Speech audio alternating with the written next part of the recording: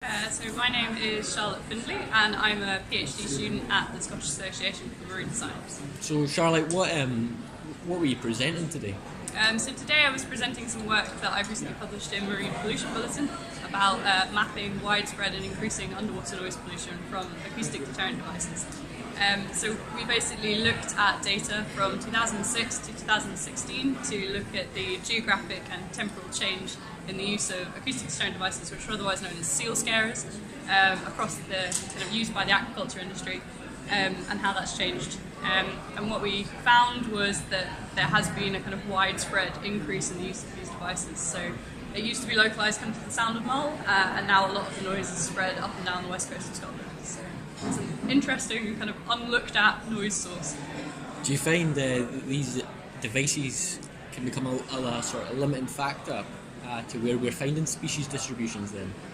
So this is something we generally don't know much about. We don't really know if ADD noise is in fact influencing the distribution of different animals, or if, for example, on the west coast of Scotland, where these devices have been used since about the 1980s, whether or not animals might just be remaining in the area because they've kind of become tolerant of the noise or they're habituated to the noise. And it might be that they actually stay there, but that makes them more susceptible to things like hearing damage or long-term kind of physiological stresses.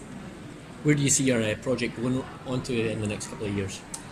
So my project started with developing shallow water sound propagation models, and we've been using these to model the propagation or the spread of ADD noise from fish farms that we do know are using these devices.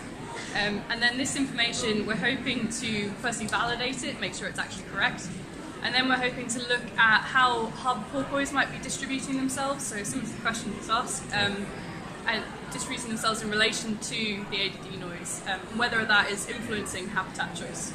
And then the next kind of component of that is to look at how much noise exposure seals are experiencing as they're kind of transiting and foraging around fish farms. Great, thank you.